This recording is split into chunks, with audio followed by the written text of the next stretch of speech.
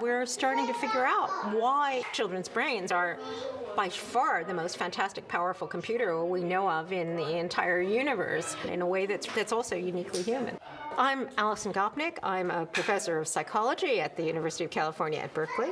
The truth is, more learning's going on between the ages of 0 to 5 than is going on in any other time in our lives.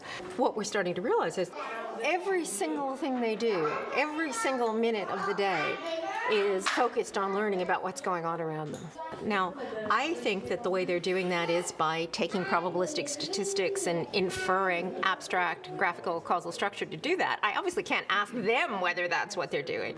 So somehow I have to turn an idea like that into, all right, here's a little machine, and here's little blocks we'll put on the machine, and what do you think about it? The children, though, just unconsciously are looking at the patterns of statistics and probability and what's going on around them. Like, sometimes mommy turns to me when I shout, and sometimes she doesn't. And how does that fit other things that she's doing?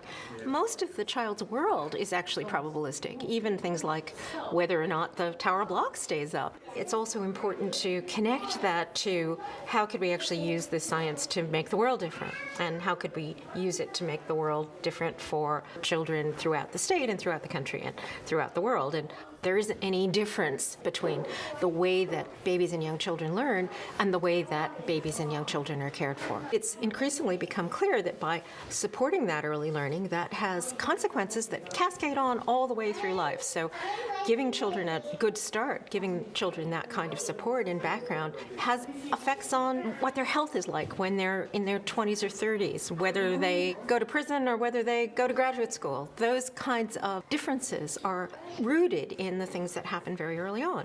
So one of the things that we can do as scientists is we can come in and say, look, this isn't just motherhood. This is actually something that we can scientifically show is important, and we can give children and children's issues a kind of gravitas, a kind of seriousness that they might not have in the world in general.